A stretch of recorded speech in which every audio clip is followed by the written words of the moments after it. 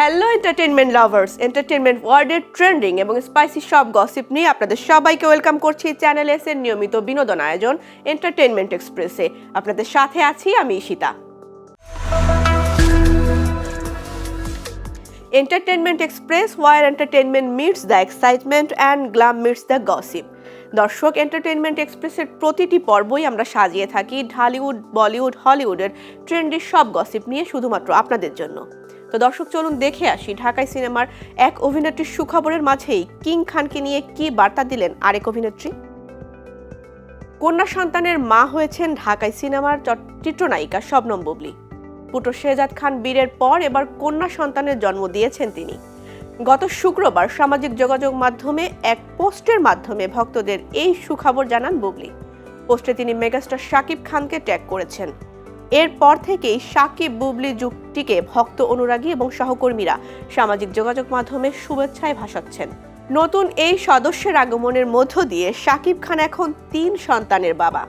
শাকিব বুবলীর এই আনন্দের খবরের পরপরই সামাজিক যোগাযোগ মাধ্যমে একটি ইঙ্গিতপূর্ণ পোস্ট দিয়ে আলোচনায় এসেছেন আরেক চিত্রনায়িকা মিষ্টি জান্নাত। বুবলীকে অভিনন্দন জানিয়ে তিনি নিজের ফেসবুক ওয়ালে লেখেন, কন্যা সন্তানের জন্য অনেক অনেক শুভকামনা। শাকিব খান ও শবনম বুবলীকে অভিনন্দন। কিন্তু তার পোস্টের সবচেয়ে বেশি দৃষ্টি কাড়ে শেষের একটি বাক্য। মিষ্টি লেখেন, এই বছরে আরেকজনের জন্য অগ্রিম শুভেচ্ছা। মাত্র একটি বাক্যই যেন সামাজিক যোগাযোগ মাধ্যমে নতুন জল্পনার আগুন জ্বালিয়ে দেয়। পোস্টটি ঘিরে নেটিজেনদের মধ্যে শুরু হয় নানা আলোচনা। অনেকেই ধারণা করতে থাকেন মিষ্টি হয়তো কোনো নতুন খবরের ইঙ্গিত দিয়েছেন। কেউ কেউ আবার মজা করে ধরে নেন শাকিব খান হয়তো আবারও বাবা হতে যাচ্ছেন। পোস্টের কমেন্ট বক্সে এক ভক্ত অনুরাগীর কমেন্টের রিপ্লাইয়ে মিষ্টি জান্নাতও বেশ রহস্যময় এবং রসিকতার ছলে উত্তর দেন, দিলাম একজনের জন্য আর নাম আসলো আমার, বুঝলাম না। ভালোই। নায়িকার এই জবাবও কৌতূহল আরও বাড়িয়ে দেয় ভক্তদের মধ্যে। যদিও তার ভক্তদের প্রকৃত অর্থ কি সে বিষয়ে এখনো স্পষ্ট কোনো ব্যাখ্যা দেননি এই চিত্রনায়িকা। প্রসঙ্গত, এর আগেও একাধিকবার শাকিব খানের সঙ্গে মিষ্টি জান্নাতের নাম জড়িয়ে গুঞ্জন ছড়িয়েছিল। বিশেষ করে অপু বিশ্বাস আর শবনম বুবলীর সঙ্গে শাকিবের দূরত্ব তৈরি হওয়ার সময় তার পরিবারের পক্ষ থেকে নতুন পাত্রী খোঁজার আলোচনা সামনে এলে মিষ্টি জান্নাতের নামও উচ্চারিত হয় বিভিন্ন মহলে। এবার মিষ্টির এই নতুন পোস্ট শাকিব ভক্তদের মাঝে আবারও নতুন আলোচনার খোরাক জোগালো। দীর্ঘ কয়েক মাসের নীরবতা, পর্দার আড়ালে বসবাস এবং নানা জল্পনা কল্পনার অবসান ঘটিয়ে অবশেষে নতুন করে আবির্ভূত হলেন ঢালিউড অভিনেত্রী শবনম বুবলী। মাতৃত্বের সময়টুকু যে নিজের মতো করে কাটাতে চেয়েছিলেন সেটিও পরিষ্কার হয়ে গেছে তার নতুন করে ফিরে আসায়। তাতে আর যাই হোক, সামাজিক যোগাযোগ মাধ্যমে নেটিজেনদের কাছে থেকে শুধু নয়, ভক্ত, অনুরাগী সহ সাধারণ মানুষের সমালোচনা থেকেও নিজেকে রক্ষা করেছেন তিনি। যদিও কয়েক মাস ধরে তাকে নিয়ে নানা গুঞ্জন চলছিল, আগের মতো জনসমক্ষে তাকে আর দেখা যাচ্ছিল না। সিনেমা মুক্তি পেলেও দেখা যায়নি প্রিমিয়ারে, এমনকি সংবাদ সম্মেলন কিংবা প্রচার অনুষ্ঠানে তার উপস্থিতি ছিল না বললেই চলে। বছরের শুরুতে বুবলী একেবারে আড়ালে চলে যান, ফলে ভক্ত, অনুরাগীদের কৌতূহল দিন দিন বাড়তে থাকে। ভক্তরা গত বছরের অক্টোবরের দিকে জানতে পারেন মা হতে চলেছেন বুবলী। তখন তাকে অভিনন্দন জানিয়ে হোয়াটসঅ্যাপে বার্তা পাঠানো হয়। তবে তিনি বিষয়টি নিয়ে সেই সময় কোনো মন্তব্য করেননি।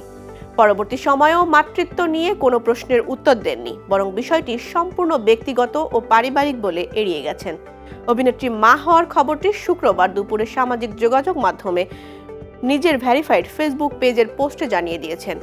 সেই পোস্টে তিনি জানান, গত 11 মে তার কন্যা সন্তানের জন্ম হয়েছে। মেয়ের নাম রাখা হয়েছে শার্লিন খান। খবরটি প্রকাশের পর থেকেই সামাজিক যোগাযোগ মাধ্যমে শুভেচ্ছা জানান বুবলীর ভক্ত শুভাকাঙ্ক্ষীরা। অভিনন্দনের পাশাপাশি নতুন করে সামনে এসেছে আর একটি প্রশ্ন, কয়েক মাস ধরে আলোচনার বাইরে থাকা বুবলী এতদিন কোথায় ছিলেন?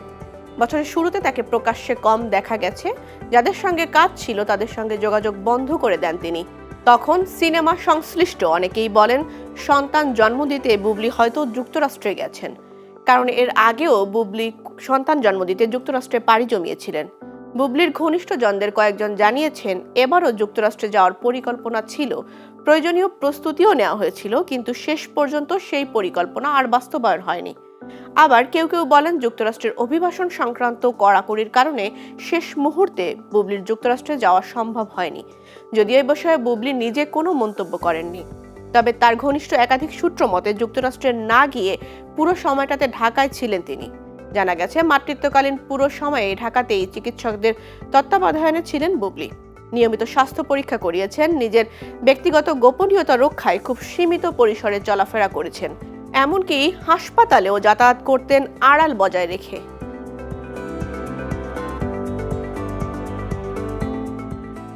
শাকিব খানের সঙ্গে রকস্টার সিনেমায় অভিনয় করে নতুন করে আলোচনায় এসেছেন মডেল ও অভিনেত্রী তানজিয়া জামান মিথিলা। পবিত্র ঈদুল আজহায় মুক্তি পাওয়া ছবিটিতে তার উপস্থিতি ছিল অল্প সময়ের জন্য, কিন্তু সেই উপস্থিতি দর্শকের নজর কেড়েছে বলে মনে করছেন তিনি। প্রশংসা ও ভালোবাসার পাশাপাশি অবশ্য অন্য এক অভিজ্ঞতার কথাও জানালেন এই তারকা। তার ভাষ্য, আলোচনায় আসার পর কিছু মানুষের আচরণে পরিবর্তন দেখছেন তিনি।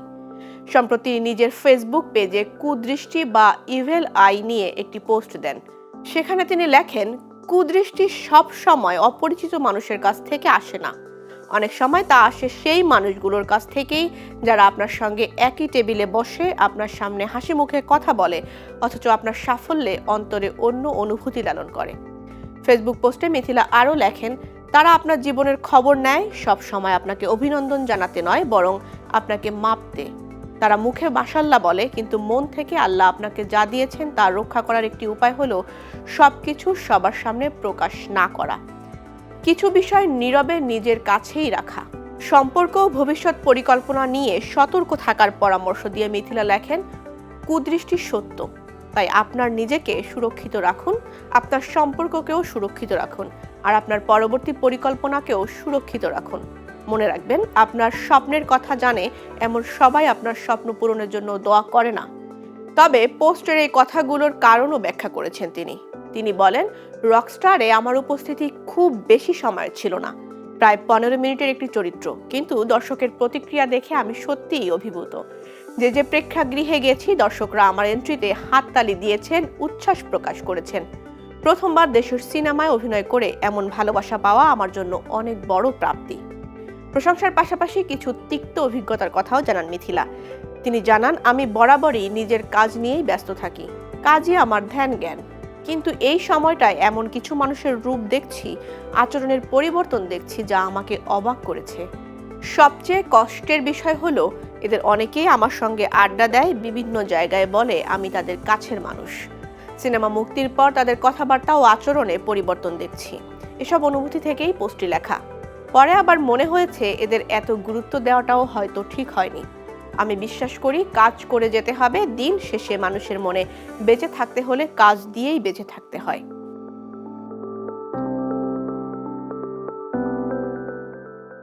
শুভ মিমের সঙ্গে মালিক দেখার সুযোগ।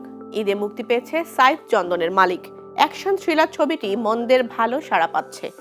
দীর্ঘদিন পর আরিফিন শুভ ও বিদ্যা সিনহা মিমের রসায়ন পছন্দ করছে অনেকে। এবার সেই তারকাদের সঙ্গে বসে ছবিটি দেখার সুযোগ পাবেন ভাগ্যবান 10 জন দর্শক। মালিকের আইটেম গান গুলগুলি পিঠা নিয়ে নতুন একটি ক্যাম্পেইন শুরু করেছেন সংশ্লিষ্টরা। এতে অংশ নিতে চাইলে গানটি নিয়ে টিকটক বা ফেসবুক রিলস বানাতে হবে। এতে নাচ, অভিনয় কিংবা সৃজনশীল অন্য যে কোনো কিছু থাকতে পারে। অংশ নেওয়ার শেষ সময় 8 জুন সন্ধ্যা 6টা। কন্টেন্টের মান ও ভিউ বিবেচনা করে কাঙ্ক্ষিত 10 জন বিজয়ী বেছে নেওয়া হবে। এরপর তাদের আমন্ত্রণ জানানো হবে মালিকের বিশেষ প্রদর্শনীতে, যেখানে উপস্থিত থাকবেন ছবির নায়ক নায়িকা ও কলাকুশলীরা। শনিবার রাতে বিষয়টি জানিয়ে ভক্তদের উদ্দেশ্যে ফেসবুকে অভিনেত্রী মিম লেখেন, ছবিটির প্রতি আপনাদের অসাধারণ ভালোবাসা আমাদের সত্যিই মুগ্ধ করেছে। সেই আনন্দকে আরও বিশেষ করে তুলতে এই গুলগুলি পিঠা চ্যালেঞ্জ। আমি অপেক্ষায় থাকব আপনাদের দারুণ সব ভিডিও দেখার জন্য। মালিকে শুভ মিমের সঙ্গে আরও অভিনয় করেছেন মনিরা মিঠু, মিশা সওদাগর, মাহমুদুল ইসলাম মিঠু, আরফান মৃধা শিবলু প্রমুখ। দর্শক, চলুন ঘুরে আসি বলিউডের এন্টারটেনমেন্ট পাড়া থেকে। 3 দিনেই আয় 191 কোটি। বক্স অফিসে দাপট পেদ্দির। মুক্তির পর থেকেই বক্স অফিসে দাপট দেখাচ্ছে রামচরণ অভিনীত পেদ্দি। দর্শকের আগ্রহ আর শক্তিশালী উদ্বোধনী আয়ের সুবাদে মাত্র 3 দিনেই বিশ্বব্যাপী 191 কোটি রুপির বেশি আয় করেছে সিনেমাটি। ভারতীয় সংবাদ মাধ্যমগুলোর তথ্য অনুযায়ী পেদ্দির বিশ্বব্যাপী মোট আয় দাঁড়িয়েছে 191.7 কোটি রুপি। এর মধ্যে ভারতের গ্রস আয় 149.7 কোটি রুপি এবং নেট আয় 125.25 কোটি রুপি। বিদেশি বাজার থেকে এসেছে প্রায় 42 কোটি রুপি। মুক্তির প্রথম দিনেই সিনেমাটি বিশ্বব্যাপী 135.36 কোটি রুপি আয় করে আলোচনায় আসে। একই সঙ্গে এটি রামচরণের ক্যারিয়ারের অন্যতম বড় উদ্বোধনী সাফল্য হিসেবেও জায়গা করে নেয়। দ্বিতীয় দিনে আয় কিছুটা পতন দেখা গেলেও তৃতীয় দিনে আবারও প্রবৃদ্ধি পেয়েছে পেদ্দি। বাণিজ্য বিশ্লেষকদের তথ্য অনুযায়ী শনিবার সিনেমাটির ভারতীয় নেট আয় ছিল প্রায় 28.85 কোটি রুপি, যা আগের দিনের তুলনায় 7.2% বেশি। এদিকে বক্স অফিসের বর্তমান গতিধারা অব্যাহত থাকলে খুব দ্রুতই 200 কোটি রুপির বৈশ্বিক মাইল ফলক স্পর্শ করবে পেদ্দি। ভারত ও আন্তর্জাতিক বাজারে সিনেমাটির প্রদর্শনী এখনও জোরালোভাবে চলমান রয়েছে। ট্রেড সূত্রের তথ্য অনুযায়ী রামচরণ অভিনীত পেদ্দি প্রায় 350 কোটি রুপি ব্যয়ে নির্মিত হয়েছে, যদিও কিছু প্রতিবেদনে সিনেমাটির বাজেট 250 থেকে 300 কোটি রুপির মধ্যে বলে দাবি করা হয়েছে। সালমান খানের আইনি নোটিশ ছিঁড়ে ফেলেন প্রযোজক কৃষ্ণসার। হরিণ শিকারের বিতর্কিত ঘটনা নিয়ে নির্মিত কালা হরিণ সিনেমার প্রযোজক অমিত জনিকে আইনি নোটিশ পাঠিয়েছিলেন বলিউড সুপারস্টার সালমান খান ও তার আইনি দল। সিনেমাটি নির্মাণের খবর প্রকাশ্যে আসার পরই তীব্র আপত্তি জানিয়ে এই পদক্ষেপ নেন তারা। মূলত কৃষ্ণসার হরিণ হত্যা মামলায় দীর্ঘদিনের বিতর্কের সঙ্গে সালমান খানের নাম জড়িয়ে থাকায় এই সিনেমার গল্প ও নির্মাণ নিয়ে কঠোর অবস্থান নিয়েছে অভিনেতার পক্ষ। এর প্রতিবাদে সালমান খানের পাঠানো আইনি নোটিশ ছিঁড়ে ফেলেছেন কালা হরিণ সিনেমার প্রযোজক অমিত জানি। একই সঙ্গে সিনেমাটির নির্মাণকে কেন্দ্র করে সালমান খানের ভক্তদের কাছ থেকে তিনি অনবরত প্রাণনাশের হুমকি পাচ্ছেন বলে অভিযোগ করেছেন। সামাজিক যোগাযোগ মাধ্যমে একটি ভিডিও শেয়ার করে এই প্রযোজক নিজেই বিষয়টি প্রকাশ্যে এনেছেন। ভিডিওতে প্রযোজক অমিত সালমানের পাঠানো আইনি নোটিশটি ছিঁড়ে টুকরো টুকরো করতে দেখা যায়। তার দাবি, গত 36 ঘন্টায় তিনি হাজার হাজার প্রাণ নাশের হুমকি পেয়েছেন। ভিডিওতে অমিত বলেন, আমি কার জবাব দেব, নোটিশের নাকি হুমকির? সালমান ভাই, আপনার আইনি নোটিশ আমি ছিঁড়ে ফেলে দিয়েছি, আর আপনার পক্ষ থেকে যারা ভি কোম্পানির নাম করে হুমকি দিচ্ছে তাদেরও দেখে দেব। 1998 সালে সালমান খানের কৃষ্ণসার হরিণ শিকারের বিতর্কিত ঘটনা এবং গ্যাংস্টার লরেন্স বিষ্ণোয়ের সঙ্গে তার চলমান দ্বন্দ্বের প্রেক্ষাপট নিয়ে তৈরি হচ্ছে কালা হিরান। এই সিনেমার খবর প্রকাশ্যে আসার পরই আপত্তি জানায় সালমান খান এবং তার সহযোগী দল। তারা প্রযোজক অমিতকে আইনি নোটিশ পাঠিয়ে সিনেমাটির কাজ বন্ধ করার নির্দেশ দেন এবং সালমানের কাছে ক্ষমা চাওয়ার দাবি জানান। এই সিনেমার শুটিং ইতোমধ্যে ভারতের বিভিন্ন শহরে করা হয়েছে বলে জানা গেছে।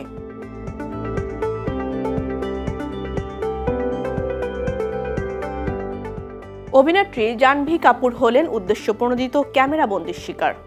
বিনোদন জগতের বর্তমান সময়ে তারকাদের ব্যক্তিগত মুহূর্ত, শরীরের নির্দিষ্ট একটি অংশকে ফোকাস করে ছবি তোলার প্রবণতা দিন দিন বেড়েই চলছে। এ নিয়ে ফটোগ্রাফার কিংবা পাপ্পারাজিদের একাংশ উদ্দেশ্যপ্রণোদিতভাবে অভিনেত্রীদের স্পর্শকাতর দিকগুলোকে ক্যামেরাবন্দি করছেন বলে অভিযোগ উঠেছে। সামাজিক মাধ্যমে হরহামেশাই দেখা যাচ্ছে এমন ভিডিও। বলিউডের অনেক অভিনেত্রী ঠিক এ ধরনের উদ্দেশ্যপ্রণোদিত ক্যামেরাবন্দির শিকার হচ্ছেন। তা ছড়িয়ে পড়ছে সামাজিক যোগাযোগ মাধ্যমে। এমন ভিডিও নিয়ে নেটিজেনদের মধ্যে আলোচনা চলছে। এবার এ ধরনের কর্মকাণ্ডের বিরুদ্ধে সরব হলেন বলিউড অভিনেত্রী জাহ্নবী কাপুর। সম্প্রতি এক পডকাস্টে সম্মতি ছাড়া নারীকে অশ্লীলভাবে উপস্থাপন করার কথা নিয়ে কথা বলেন অভিনেত্রী। এ সময় পাপ্পারাজিদের কর্মকাণ্ড নিয়ে নিজের অসন্তোষ প্রকাশ করেছেন তিনি। বিভিন্ন অভিনেত্রীর মতো জাহ্নবী কাপুরকেও আবেদনময়ী হিসেবে উপস্থাপনের বিষয়ে প্রশ্ন করা হলে অভিনেত্রী বলেন, বিষয়টি নিয়ে তিনি আলোকচিত্রীদের সঙ্গে আলোচনা করেছেন। তাদের বুঝিয়েছেন নারীদের ছবি তোলার ক্ষেত্রে তাদের দৃষ্টিভঙ্গি কেমন হওয়া উচিত। এই কথাগুলো আলোকচিত্রীদের শোনানোর পর তারা বিষয়টিকে ইতিবাচক হিসেবেই নিয়েছেন। জাহ্নবী কাপুর বলেন, আমি তাদের বলেছি এটি আমাদের জন্য যেমন খারাপ ঠিক তেমনি অস্বস্তিকর। এটি আমাদের ব্যক্তিগত গোপনীয়তাও লঙ্ঘন করে। এতে আমাদের কোনো সমর্থন নেই। তিনি বলেন, আমরা যখন কোনো বিশেষ পোশাক পরে বাইরে বের হই তখন আমরা কখনোই ভাবি না যে কেউ একজন আমাদের দিকে ক্যামেরা তাক করে নির্দিষ্ট অঙ্গ প্রত্যঙ্গের উপর জুম করবে। অভিনেত্রী বলেন, এর চেয়েও বড় কথা, এটি আপনাদেরও খারাপভাবে উপস্থাপন করে।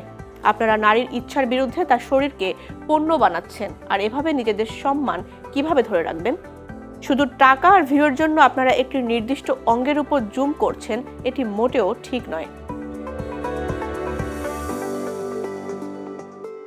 ফের বিয়ে করছেন আমির খান, জানালেন তারিক।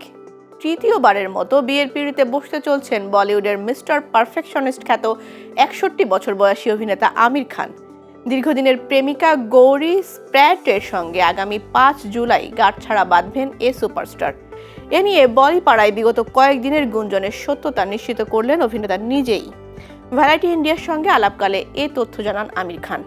এখন যুক্তরাষ্ট্রে রয়েছেন জানিয়ে তিনি বলেন, বিয়ের খবরটি সত্য, আমাদের বিয়ে 5 জুলাই।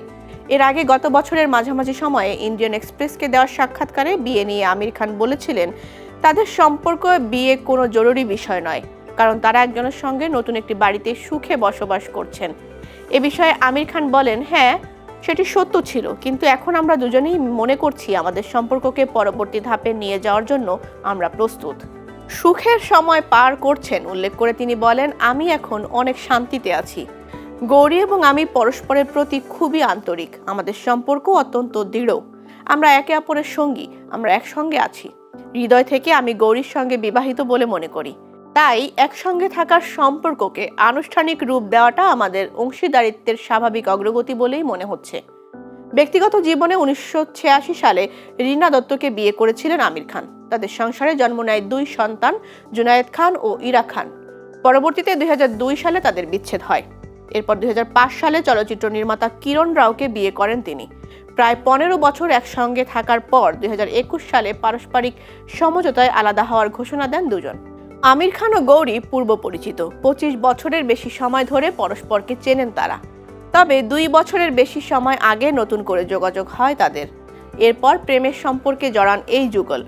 বেঙ্গালুরুর মেয়ে গৌরী, আগে বিয়ে করেছিলেন, তার 6 বছরের একটি পুত্র সন্তানও রয়েছে। বর্তমানে আমিরের প্রোডাকশন হাউসে কাজ করছেন গৌরী। দর্শক, ঢালিউড বলিউডের খবর তো অনেক জানালাম, চলুন এবার আপনাদের সাথে শেয়ার করি আমাদের হলিউড পাড়ার খবরাখবর। কি অভিমানে চলে গিয়েছিলেন মেরিলিন মনরোর? শরীরে ফুরফুরে বাতাসের প্রলেপ লাগানো এক বিকেল, জুলাই 1962। ক্যালিফোর্নিয়ার সান্তা মনিকা সৈকতের আবহাওয়া তখন দারুণ কোমল। এখানেই ছবি তোলার জন্য পোজ দিয়েছিলেন মোহময়ী এক নারী। সমুদ্রের বাতাসে তার এলোমেলো চুল যেন তাকে আরও আকর্ষণীয় করে তুলল। সবুজ তোয়ালের মতো আরামদায়ক নিট ওয়্যারে জড়ানো শরীরে গুটিসুটি মেরে বসেছিলেন তিনি।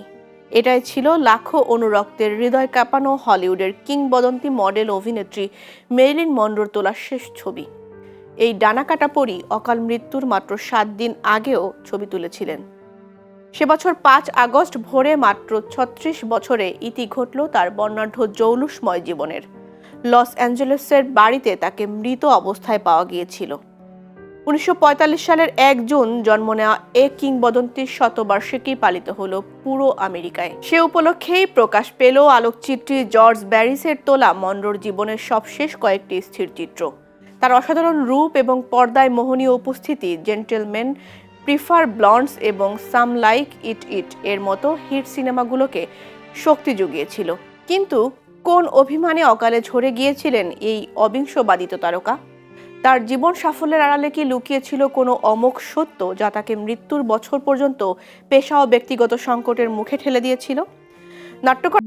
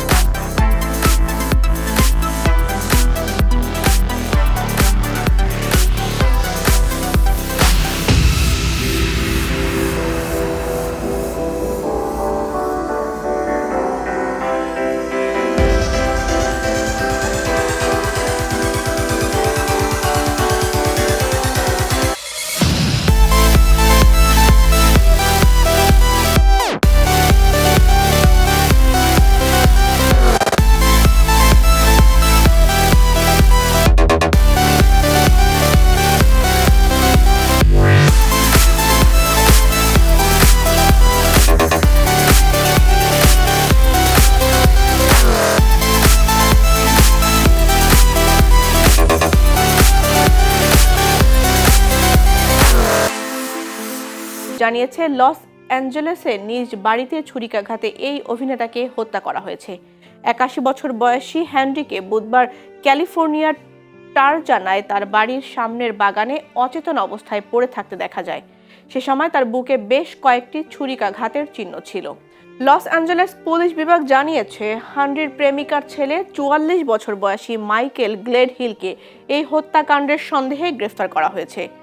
911 নম্বরে এক ব্যক্তি কল করে পুলিশকে বলেন, আমি একজন মানুষের ছেলে, আমি এইমাত্র একজন পাপী মানুষকে হত্যা করেছি। এই ফোনের পরেই পুলিশ কর্মকর্তারা ঘটনাস্থলে ছুটে যান। নিউ ইয়র্কে জন্মগ্রহণকারী জেমস হান্ডি দীর্ঘ 6 দশকেরও বেশি সময় ধরে বহু চলচ্চিত্র এবং টেলিভিশন শোতে অভিনয় করেছেন। অধিকাংশ সময়ই তাকে পার্শ্ব চরিত্রে অথবা অল্প কিছু পর্বের অতিথি চরিত্রে দেখা গেছে। প্রধান চরিত্রে অভিনয়ের সুযোগ কম পেলেও ক্যারিয়ারের দীর্ঘ সময় অভিনয়ে দেখা গেছে তাকে।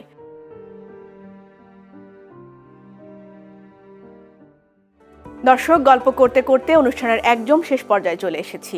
এই ছিল আজকের মতো আমার কাছে বিনোদন পাড়ার সকল খবরাখবর। পরবর্তী পর্ব দেখার আমন্ত্রণ জানিয়ে আজকের মতো বিদায় নিচ্ছি। ততক্ষণ পর্যন্ত ভালো থাকবেন, সুস্থ থাকবেন, চ্যানেল এস এর সাথে থাকবেন, আর আমাকে অ্যাজ ইউজুয়াল একটু একটু মিস করবেন।